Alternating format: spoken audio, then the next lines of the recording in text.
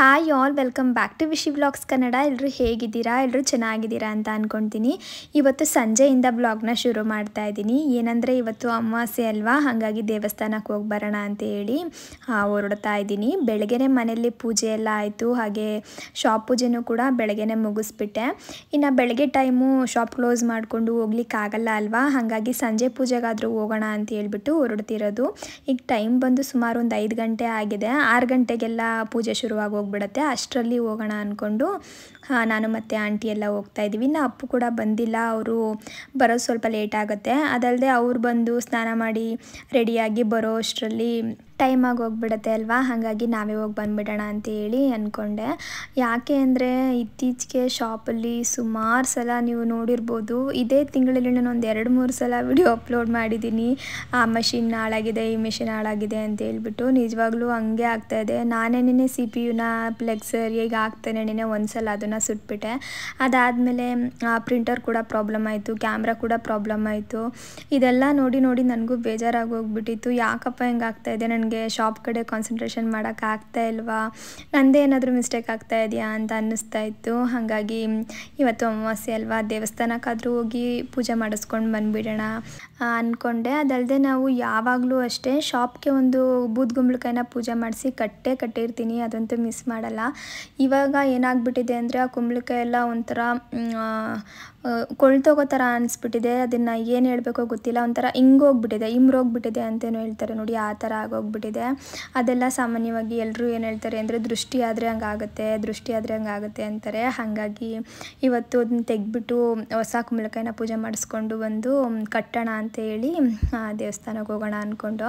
ಈ ದೇವಸ್ಥಾನನ ಸಾಮಾನ್ಯವಾಗಿ ನೀವು ನೋಡೇ ಇರ್ಬೋದು, ದೊಡ್ಡ ಆಂಜನೇಯ ಇದೆಯಲ್ಲ, ಅದ್ರ ಆಪೋಸಿಟ್ ಇರೋ ಆಂಜನೇಯ ಸ್ವಾಮಿ. ಲಾಸ್ಟ್ ಟೈಮ್ ನಾನು ಹನುಮಾನ್ ಜಯಂತಿ ಇದ್ದಾಗಲೂ ಕೂಡ ಇಲ್ಲಿಗೆ ಬಂದಿದ್ದೆ. ಇಲ್ಲೇನೋ ಒಂಥರ ಬಂದರೆ ಮನಸ್ಸಿಗೆ ಸಮಾಧಾನವೂ ಆಗುತ್ತೆ. ಅದಲ್ಲದೆ ನಾನು ಯಾವ ದೇವಸ್ಥಾನದಲ್ಲೂ ನೋಡಿಲ್ಲ ಇಷ್ಟು ಅಚ್ಚುಕಟ್ಟಾಗಿ ಪೂಜೆ ಮಾಡೋದನ್ನ. ಅಚ್ಚುಕಟ್ಟಾಗಿ ಅಂದರೆ ಸುಮಾರು 1.5 ಗಂಟೆ ಅಷ್ಟು ಕಾಲ ಪೂಜೆ ಮಾಡ್ತಾರೆ ಗೊತ್ತಾ. ಅದನ್ನು ಪೂಜೆನ ನೋಡೋದೇ ಒಂಥರ ಸಮಾಧಾನ ಆಗೋಗ್ಬಿಡುತ್ತೆ, ಸಂತೋಷ ಆಗೋಗ್ಬಿಡುತ್ತೆ. ಅದಲ್ಲದೆ ಪ್ರತಿ ಸಲ ಬಂದಾಗ ಏನಾಗೋದು ಅಂದರೆ ಪೂಜೆ ಎಲ್ಲ ಆದಮೇಲೆ ಬಂದುಬಿಡ್ತಿದ್ದೋ, ಪೂಜೆ ಶುರುವಾಗುವ ಟೈಮಲ್ಲಿ ಯಾವತ್ತೂ ಕೂಡ ಬಂದಿರಲಿಲ್ಲ. ಇವತ್ತು ನಾವು ಹೋದ್ಮೇಲೆ ಪೂಜೆ ಶುರುವಾಯಿತು.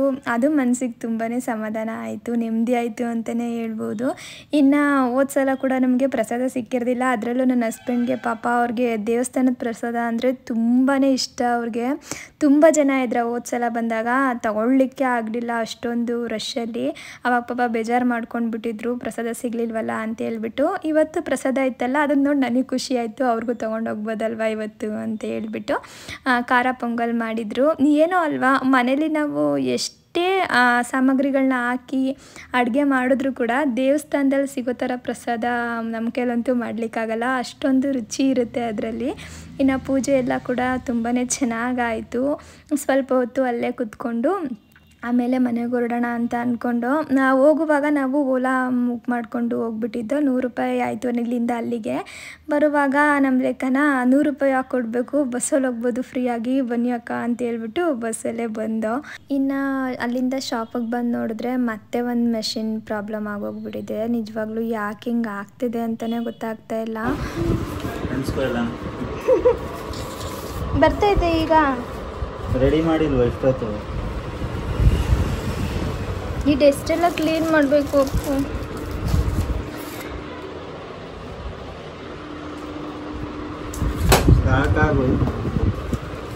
ಎಷ್ಟೊತ್ತಿಂದ ಮಾಡ್ತಾ ಇದೀಯಾ?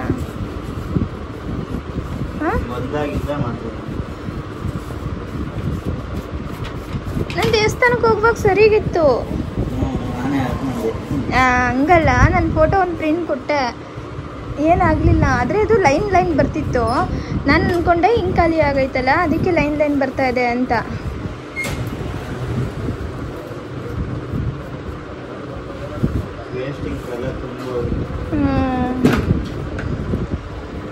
ಈಗ ಹಿಂದೆದು ಆಗ್ತಾ ಅದನ್ನ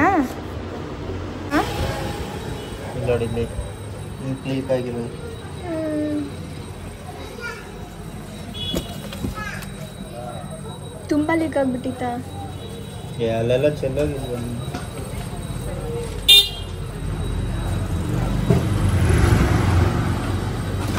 ಹುಷಾರು.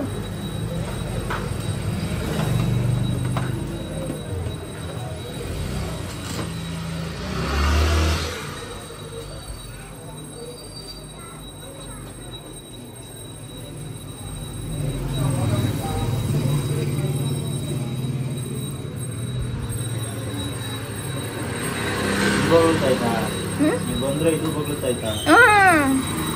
ಯಾರು ಯಾಕೆ ಬಗ್ಲದಂತಲ್ಲ ಕೇಳಿಸ್ಕೊಳ್ಳಿಲ್ವ? ಇದ್ರೊಳಗಡೆ ಮುಳುಗೋಗಿದ್ದಿ, ಅದಕ್ಕೆ ಕೇಳಿಸಿಲ್ಲ.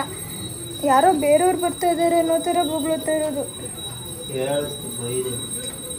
ಏನಂದರೆ ಅಪ್ಪುಗೆ ಆ ಮಷಿನ್ಗಳನ್ನೆಲ್ಲ ಸರ್ವಿಸ್ ಮಾಡೋಕ್ಕೆ ಬರೋದ್ರಿಂದ ನಮಗೆ ಸ್ವಲ್ಪ ದುಡ್ಡು ಉಳಿತಾ ಇದೆ ಅಂತಲೇ ಹೇಳ್ಬೋದು. ಇದನ್ನೆಲ್ಲ ನಾವು ಹೊರಗಡೆ ಸರ್ವಿಸ್ ಮಾಡಿಸ್ತೀವಿ ಅಂದರೆ ಎಷ್ಟಾಗುತ್ತೆ ಗೊತ್ತಾ? ಈ ಥರ ಖರ್ಚು ಮೇಲೆ ಖರ್ಚೇ ಆಗ್ತಾಯಿದೆ. ಥರ ಬೇಜಾರಾಗ್ಬಿಟ್ಟಿದೆ ನಿಜವಾಗ್ಲೂ. ಏನು ಮಾಡಬೇಕು ಅಂತಲೂ ಗೊತ್ತಾಗಲಿಲ್ಲ ಅವತ್ತು.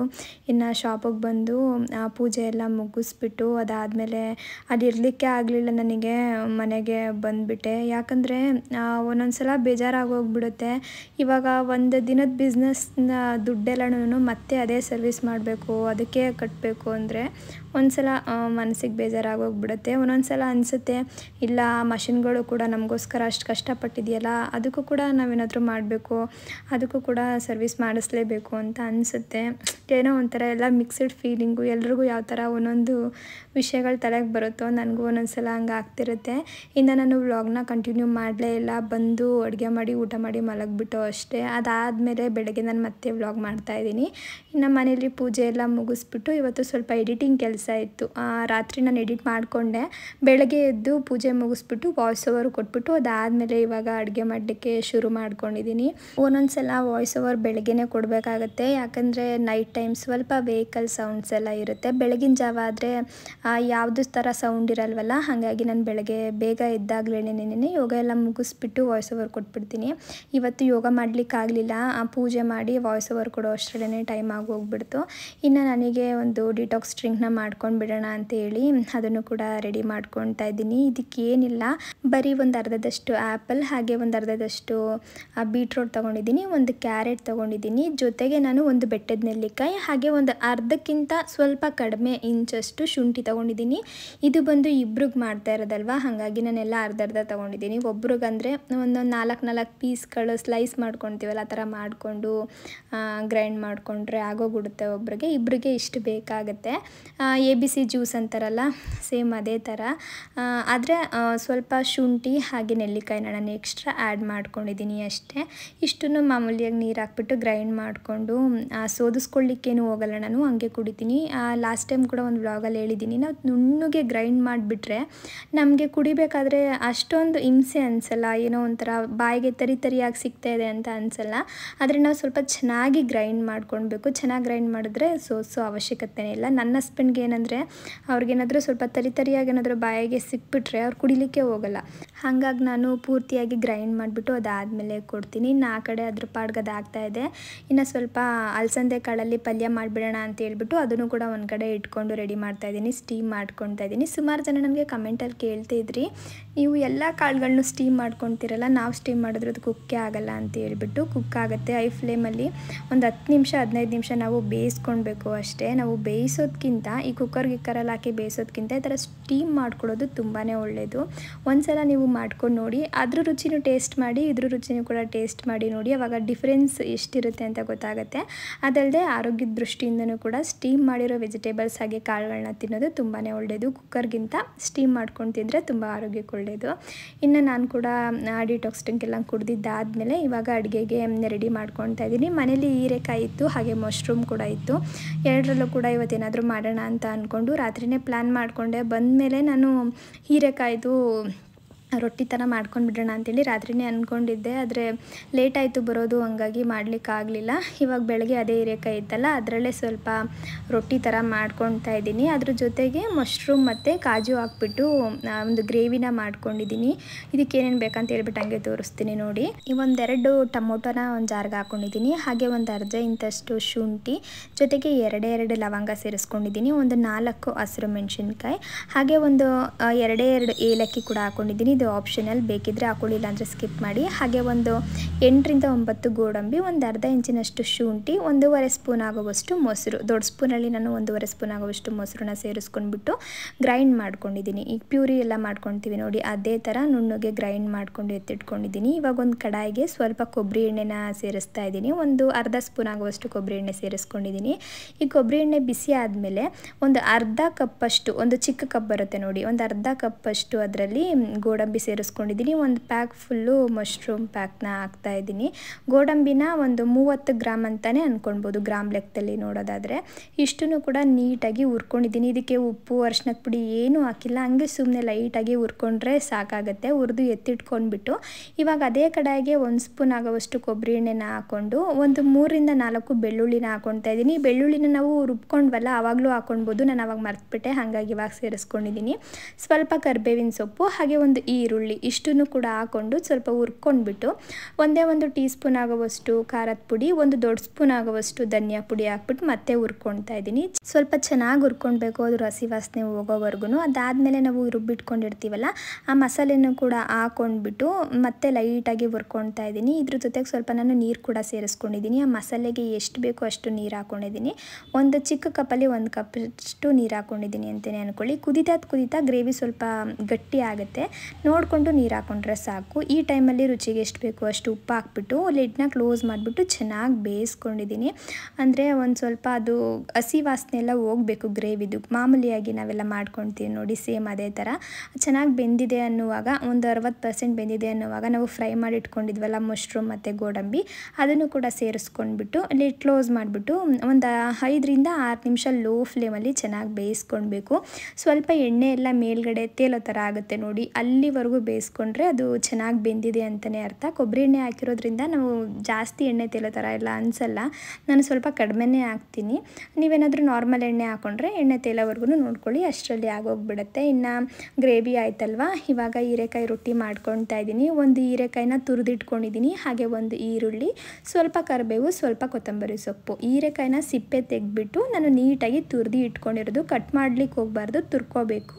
ತುರ್ಕೊಂಡ್ರೆ ಏನಾಗುತ್ತೆ ಅಂದರೆ ನಾವು ರೊಟ್ಟಿನ ಆರಾಮಾಗಿ ತಟ್ಬೋದು. ಈ ರುಬ್ಕೊಳ್ಳೋದು ಅಥವಾ ಈ ಕಟ್ ಮಾಡ್ಕೊಂಡ್ಬಿಟ್ರೆ ಅಷ್ಟೊಂದು ಚೆನ್ನಾಗಾಗಲ್ಲ. ಇವಾಗ ಇದಕ್ಕೆ ನಾನು 1.5 ಕಪ್ಪಷ್ಟು ಅಕ್ಕಿ ಹಿಟ್ಟನ್ನ ಸೇರಿಸ್ಕೊಂಡಿದ್ದೀನಿ. ಇದು ಬಂದು ಚಿಕ್ಕ ಕಪ್ಪು, ಅದ್ರ ಜೊತೆಗೆ ನಾನು ಒಂದು 3/4 ಕಪ್ಪಷ್ಟು ರವೆನ ಸೇರಿಸ್ಕೊಂಡಿದ್ದೀನಿ. ಅಕ್ಕಿ ಹಿಟ್ಟನ್ನ ಯಾವುದ್ರಲ್ಲಿ ತೊಗೊಂಡಿರ್ತೀವಿ ನೋಡಿ ಅದರಲ್ಲೇ ರವೆನೂ ಕೂಡ ತೊಗೊಳ್ಬೇಕು. 1.5 ಕಪ್ಪಷ್ಟು ಅಕ್ಕಿ ಹಿಟ್ಟಿಗೆ 3/4 ಕಪ್ಪಷ್ಟು ರವೆ, ರುಚಿಗೆ ಎಷ್ಟು ಬೇಕೋ ಅಷ್ಟು ಉಪ್ಪು, ಇಷ್ಟನ್ನು ಹಾಕ್ಕೊಂಡು ಮಿಕ್ಸ್ ಮಾಡ್ಕೊಳ್ಳೋದು ಅಷ್ಟೇ. ಇದಕ್ಕೆ ಬೇಕಿದ್ರೆ ಜೀರಿಗೆ ಕೂಡ ಹಾಕ್ಕೊಳ್ಬೋದು. ನೀರೇನು ಹಾಕೋದೇ ಬೇಡ, ಹೀರೆಕಾಯಲ್ಲಿ ನೀರಿರುತ್ತಲ್ಲ ಅದೇ ನೀರಿನ ಅಂಶದಲ್ಲಿ ನಾವು ನೀಟಾಗಿ ಮಿಕ್ಸ್ ಮಾಡ್ಕೊಳ್ಬೋದು. ರವೆ ಎಲ್ಲ ಹಾಕಿರೋದ್ರಿಂದ ಸ್ವಲ್ಪ ಮಿಕ್ಸ್ ಮಾಡಿ ಒಂದು 10 ರಿಂದ 15 ನಿಮಿಷ ಎತ್ತಿಡಬೇಕಾಗತ್ತೆ. ಅದಾದಮೇಲೆ ಈ ಥರ ತವಾ ಮೇಲೆ ಸ್ವಲ್ಪ ಎಣ್ಣೆ ಸವರ್ಬಿಟ್ಟು ಕೈಯಲ್ಲೇ ಸ್ವಲ್ಪ ಚಿಕ್ಕದಾಗಿ ತಟ್ಕೊಂಡ್ರೆ ಆಯಿತು. ಇಲ್ಲಾಂದರೆ ಬಾಳೆ ಎಲೆ ಇರುತ್ತಲ್ಲ ಅದ್ರ ಮೇಲೂ ಕೂಡ ತಟ್ಕೊಂಡು ಹಾಕ್ಬೋದು. ಬಾಳೆ ಎಲೆ ಎಲ್ಲ ಇರಲಿಲ್ಲ, ಹಾಗಾಗಿ ನಾನು ತವಾ ಮೇಲೆ ತಟ್ಕೊಂಡೆ.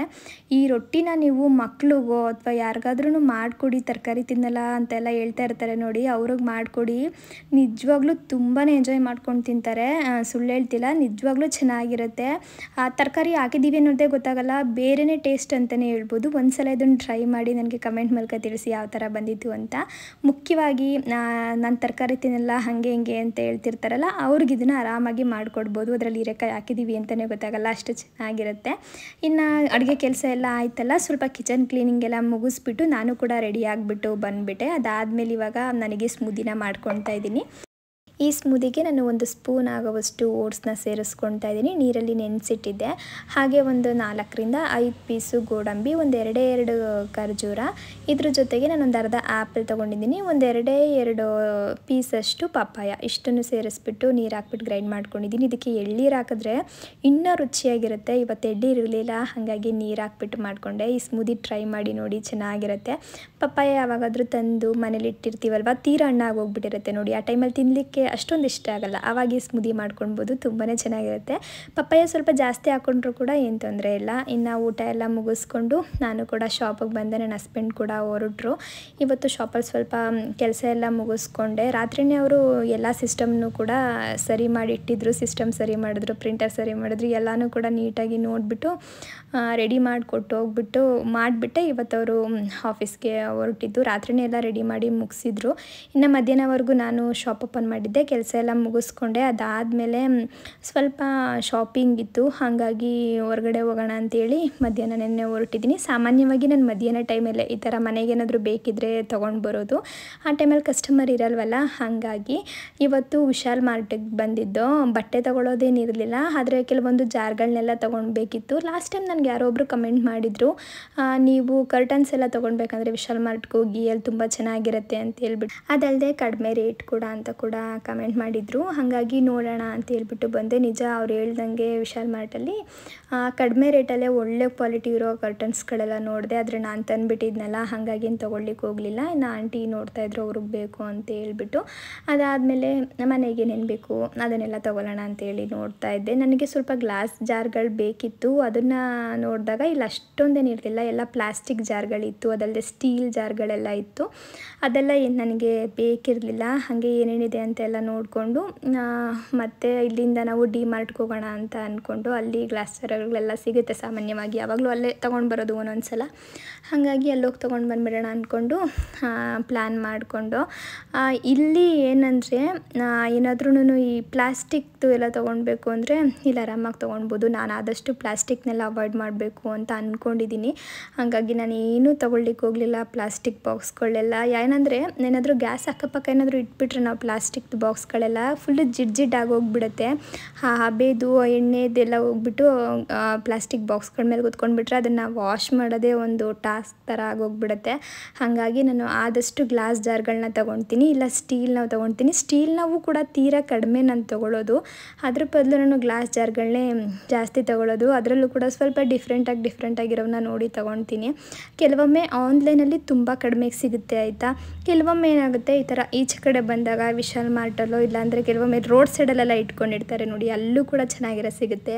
ಇಲ್ಲಾಂದರೆ ಈ ಬಜಾರ್ಗಳೆಲ್ಲ ಹಾಕ್ಕೊಂಡಿರ್ತಾರೆ ನೋಡಿ, ಅಲ್ಲೂ ಕೂಡ ಚೆನ್ನಾಗಿರೋದೇ ಸಿಗುತ್ತೆ. ಈ ಮಾಲು ಹಾಗೆ ಈ ರೋಡ್ ಸೈಡ್ಗಿಂತಲೂ ಒಂದೊಂದ್ಸಲ ಅಲ್ಲಿ ಕಡಿಮೆ ಸಿಕ್ಬಿಡುತ್ತೆ. ಹೀಗೆ ಯಾವಾಗಾದರೂ ಟೈಮ್ ಸಿಕ್ಕಿದಾಗ ಎಲ್ಲ ಕಡೆನೂ ಹೋಗಿ ನೋಡ್ತಾ ಇರ್ತೀನಿ ಅಷ್ಟೇ. ಇನ್ನು ಆಂಟಿ ಇಲ್ಲಿ ಬ್ಯಾಗೇನೂ ನೋಡಬೇಕು ಅಂತ ಹೇಳಿದ್ರು, ಹಾಗಾಗಿ ಬ್ಯಾಗ್ನೂ ಕೂಡ ನೋಡ್ತಾ ಇದ್ದೀವಿ.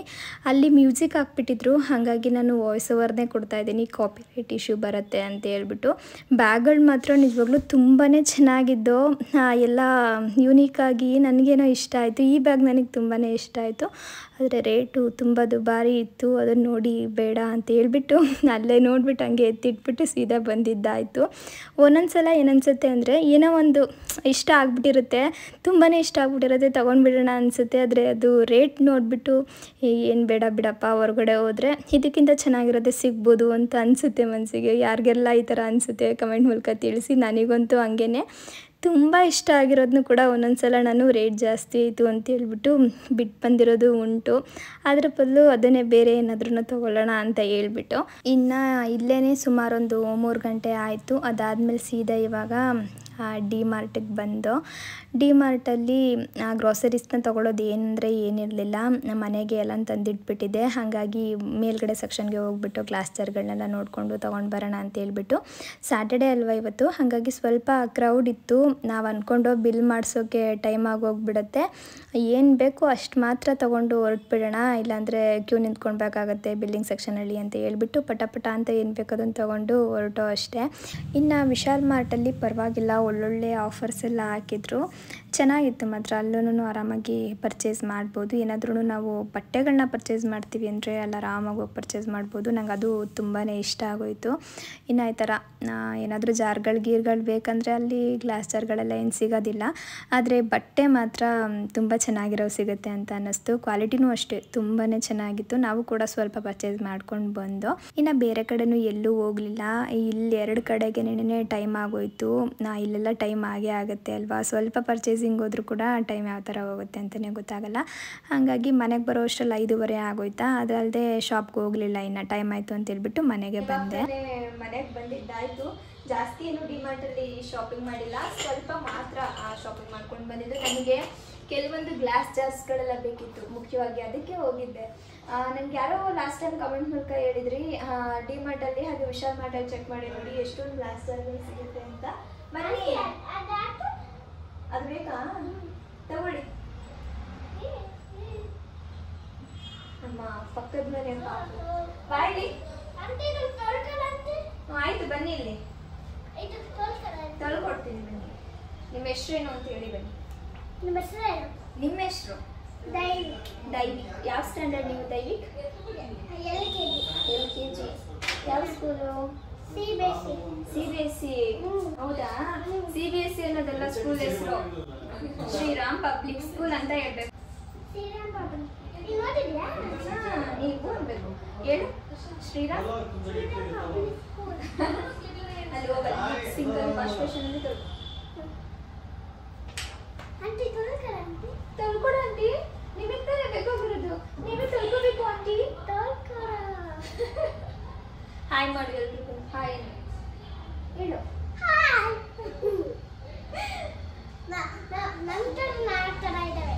ಏನು ಏನಿದಾವೆ ಡೋರು ಏನಂದ್ರೆ ಈ ಬಿಲ್ಡಿಂಗು ಮತ್ತೆ ಪಕ್ಕದ ಬಿಲ್ಡಿಂಗ್ ಎರಡು ಸೇಮ್ ಒಂದೇ ತರ ಇದಾವೆ ಈ ಮನೆ ಹೆಂಗಿದೆಯೋ ನಮ್ಮ ಮನೆ ಸೇಮ್ ಹೌದಾ ಅವ್ನು ಬಂದಾಗೆಲ್ಲ ಅದನ್ನ ಹೇಳ್ತಾನೆ ನಿಮ್ಮ ಮನೆ ಏನೇನಿದೆ ಎಲ್ಲ ನಮ್ಮ ಮನೇಲಿ ಇದೆ ಆಂಟಿ ಅಂತ ಅದಾ ಗಿಡಕ್ಕೆ ನೀರು ಹಾಕಕ್ಕೆ ನೀವ್ ಹಾಕ್ತೀರಾ ಹಂಗಲ್ಲ ಬಾಯಿ ತೋರಿಸ್ತೀನಿ ಬನ್ನಿ ಹಿಂಗೆ ಹಿಂಗೆ ಸ್ಪ್ರೇ ಮಾಡ್ಬೇಕು ಇಲ್ಲಿ ಹಾ ನನಗೆ ಅಲ್ಲಲ್ಲ ಅಲ್ಲಲ್ಲ ಅಲ್ಲಿ ಈಚೆ ಕಡೆ ಹೋಗ್ಬೇಕು ಪುಲ್ಕ ಪುಲ್ಕ ಪುಲ್ಕ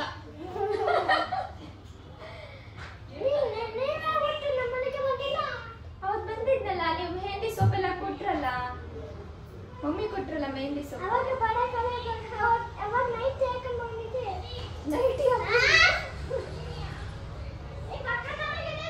ಪಕ್ಕದ ಮನೆಗಿದ್ದೀವಿ ಅಂತ ಹೇಳ್ತಾರೆ ನಮ್ಮ ಪಕ್ಕದ ಬಿಲ್ಡಿಂಗ್ ಇದಾರಲ್ಲ ಪಕ್ಕದ ಬಿಲ್ಡಿಂಗ್ ಅಲ್ಲಿ ಇದಾರಲ್ಲ ಅವ್ರ ಪಾಪು ಈ ಮನೆಗೆ ಬಂದಿದ್ದೊಂದು 3-4 ದಿನಕ್ಕೆ ಪರಿಚಯ ಆಗ್ಬಿಟ್ಟ ಕೆಳಗಡೆ ನಮ್ಮ ಆಂಟಿ ಬಂದಿದ್ರು ಅಂತ ಕಳಿಸ್ಲಿಕ್ಕೆ ಹೋಗಿದ್ದ ಅವಾಗ ಅವನೇ ಕರ್ಬಿಟ್ಟು ನಾನು ನಿಮ್ಮ ವ್ಲಾಗಲ್ಲಿ ನೋಡಿದ್ದೀನಿ ಆಂಟಿ ಎಲ್ಲಿ ನಿಮ್ಮ ಯಜಮಾನ್ರು ಇನ್ನೂ ಬಂದಿಲ್ವಾ ಬೇಗ ಮನೆಗೆ ಬರೋದು ಹೇಳೋದಲ್ವಾ ನೀವು ಅಂತ ಕೇಳ್ತಾನೆ ಅಂದರೆ ಅಷ್ಟು ನೀಟಾಗಿ ಕೇಳಿಸ್ಕೊಂಡವನೆ ಅವರು ನನ್ನ ಹಸ್ಬೆಂಡ್ ಲೇಟಾಗಿ ಬರ್ತಾರೆ ಅಂತ ನನ್ನ ಬ್ಲಾಗಲ್ಲೆಲ್ಲ ಹೇಳಿದ್ದೀರಲ್ಲ ಅದನ್ನು ಕೇಳಿಕೊಂಡು ಹೇಳ್ತಾ ಇದ್ದ ನಿಮ್ಮ ಯಜಮಾನ್ರನ್ನ ನೀವು ಸ್ವಲ್ಪ ಬೇಗ ಬರ್ಲಿಕ್ಕೆ ಹೇಳ್ಬೇಕಲ್ವಾ ಯಾಕೆ ಲೇಟಾಗಿ ಬರೋದು ನಿಮ್ಮ ಯಜಮಾನ್ರು ನನಗೆ ಪರಿಚಯ ಮಾಡಿಕೊಡಿ ಅಂತ ಎಲ್ಲ ಹೇಳಿ ಇನ್ನು ಇವಾಗ ನಾನು ಏನೇನೆಲ್ಲ ಶಾಪಿಂಗ್ ಮಾಡ್ಕೊಂಡು ಬಂದಿದ್ದೀನಿ ನಾನು ಕೂಡ ತೋರಿಸ್ತೀನಿ ಏನಂದರೆ ಮನೆಗೆ ಏನೇನೆಲ್ಲ ಬೇಕು ನೋಡಿ ಸಣ್ಣ ಪುಟ್ಟದ್ದು ಥಿಂಗ್ಸು ಅದನ್ನೆಲ್ಲ ತೊಗೊಂಡು ಬಂದಿದ್ದೀನಿ ಅಷ್ಟೇ ಒಂದು 3 ಗಂಟೆ ಅನಿಸುತ್ತೆ ನಾವು ಹೋದಾಗ ಇಲ್ಲ 2 ಗಂಟೆ ಏನೋ ಆಗಿತ್ತು ಈಗ ಮನೆಗೆ ಬಂದಾಗ 6 ಗಂಟೆ ಆಯಿತು ಇಷ್ಟೊತ್ತು ಓಡಾಡಿಕೊಂಡು ಗೊತ್ತಲ್ಲ ಈ ಡಿ ಮಾರ್ಟ್ಗೆ ಅಥವಾ ವಿಶಾಲ್ ಮಾರ್ಟ್ಗೆ ಈ ಥರ ಯಾವುದೇ ಮಾರ್ಟ್ಗಳಿಗೆ ಹೋದ್ರೂ ಕೂಡ ನಾವೇನು ಪರ್ಚೇಸ್ ಮಾಡ್ತೀವೋ ಬಿಡ್ತೀವೋ ಗೊತ್ತಿಲ್ಲ ಟೈಮ್ ಮಾತ್ರ ಓಡ್ತಾ ಇರುತ್ತೆ ಟಕ ಟಕ ಟಕ ಅಂತ ಅಲ್ಲಿ ಏನು ತೊಗೊಳ್ಳೋದು ಏನು ಬಿಡೋದು ಅಂತ ನೋಡಿನೇ ಟೈಮ್ ಹೋಗ್ಬಿಡುತ್ತೆ ನಮಗೆ ಏನೇನು ಬೇಕೋ ಅದನ್ನೆಲ್ಲ ತಂದೆ ಅಷ್ಟೇ ಇದು ಒಂದು ಹ್ಯಾಂಡ್ ಟವಲ್ ತೊಗೊಂಡು ಬಂದಿದ್ದೀನಿ ಹಾಗೆ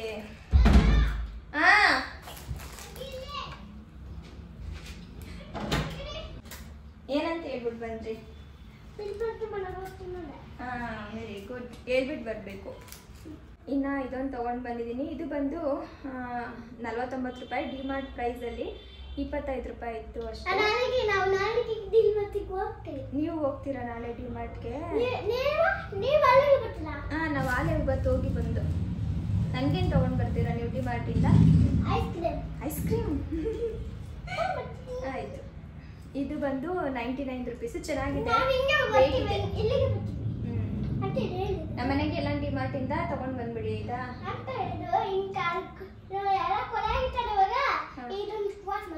ಆಯ್ತು ಇದೆರಡು ಕೂಡ 99 ರೂಪೀಸ್ ಇದನ್ನ ನಾವು ವಿಶಾಲ್ ಮಾರ್ಟಲ್ಲಿ ತೊಗೊಂಡು ಬಂದಿದ್ದು ಚೆನ್ನಾಗಿದೆ ವೇಟ್ ಇದೆ ಕ್ಯೂಟಾಗಿ ಚೆನ್ನಾಗಿದೆ ಅಡುಗೆ ಮನೇಲಿ ಸಿಂಕ್ ಹತ್ರ ಇಡೋಣ ಅಂತ ಹೇಳ್ಬಿಟ್ಟು ತೊಗೊಂಡು ಬಂದೆ ಇನ್ನು ಮಾಮೂಲಿ ಇದೊಂದು ಬ್ರಷ್ ತಂದಿದ್ದೀನಿ ಇದಾದಮೇಲೆ ಮಾಮೂಲಿ ಟವಲ್ಸು ಈ ಟವಲೆಲ್ಲ 99 ರೂಪೀಸು ನನಗೆ ಕ್ವಾಲಿಟಿ ಏನು ಅಷ್ಟೊಂದು ಚೆನ್ನಾಗಿದೆ ಅಂತ ಏನು ಅನಿಸ್ಲಿಲ್ಲ ನೋಡಿ ಸ್ವಲ್ಪ ತೆಳ್ಳಗಿದೆ ಟವಲೆಲ್ಲ 99 ರೂಪಾಯಿಗೆ ಯಾವ ಥರ ಬರುತ್ತೆ ನೋಡಿ ಆ ಥರ ಬಂತು ಅಷ್ಟೇ ಇನ್ನು ನನಗೆ ವಿಶಾಲ್ ಮಾರ್ಟಲ್ಲಿ ಇಷ್ಟ ಆಗಿದ್ದು ಅಂದರೆ ಈ ಟೀ ಶರ್ಟ್ಗಳೆಲ್ಲ ಎಷ್ಟೊಂದು 99 ರೂಪೀಸು 199 159 ಈ ಥರ ಇತ್ತು ಕ್ವಾಲಿಟಿನೂ ಚೆನ್ನಾಗಿದೆ ಹಾಗೆ ಕಡಿಮೆ ಪ್ರೈಸ್ ಕೂಡ ಅದಲ್ಲದೆ ಆಫರ್ ಇತ್ತು ಬೈ 3 get 1 ಅನ್ನೋ ಆಫರ್ ಇತ್ತು ಹಾಗಾಗಿ 3 ತೊಗೊಂಡೆ ಒಂದು ಫ್ರೀಯಾಗಿ ಬಂತು ಇದೊಂದು ಆಯಿತಾ ನೋಡಿ ಚೆನ್ನಾಗಿದೆ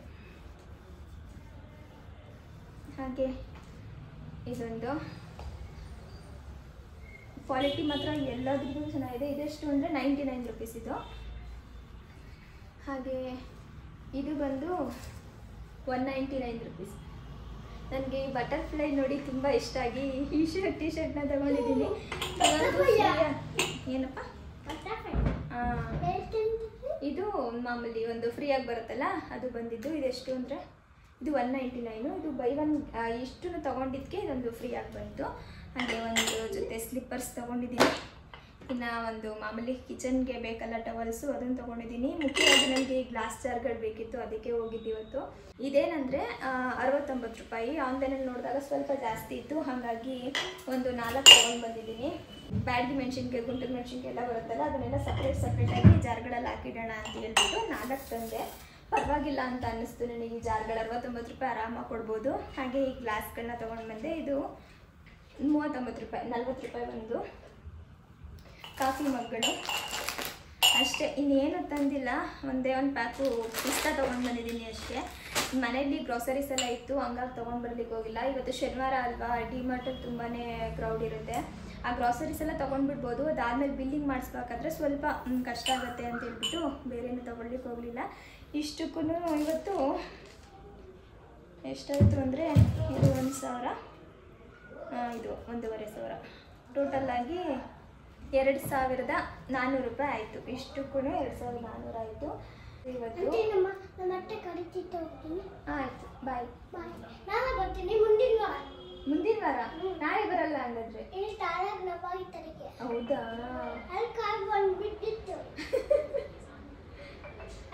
ಬಿಡಿ, ಕೈ ಚಚ್ಕೊಂಡ್ಬಿಡುತ್ತೆ. ಆಯ್ತು. ಇನ್ನು ಇವತ್ತಿನ ವ್ಲಾಗ್ನು ಕೂಡ ನಾನು ಇಲ್ಲಿಗೆ ಮುಗಿಸ್ತಾ ಇದ್ದೀನಿ. ವ್ಲಾಗ್ ಇಷ್ಟ ಆಗಿರ್ಬೋದು ಅಂತ ಅಂದ್ಕೊತೀನಿ. ವ್ಲಾಗ್ ಏನಾದರೂ ನಿಮಗೆ ಇಷ್ಟ ಆಗಿದರೆ ಒಂದು ಲೈಕ್ ಮಾಡಿ. ಇನ್ನು ಯಾರಾದರೂ ನನ್ನ ಚಾನಲ್ನ ಸಬ್ಸ್ಕ್ರೈಬ್ ಮಾಡದೆ ನೋಡ್ತಾ ಇದ್ದರೆ ಪ್ಲೀಸ್ ಸಬ್ಸ್ಕ್ರೈಬ್ ಮಾಡ್ಕೊಂಡು ನೋಡಿ. ನೆಕ್ಸ್ಟ್ ವ್ಲಾಗಲ್ಲಿ ನಾನು ಮತ್ತೆ ಸಿಗ್ತೀನಿ. ಅಲ್ಲಿವರೆಗೂ ಟೇಕ್ ಕೇರ್, ಬಾಯ್.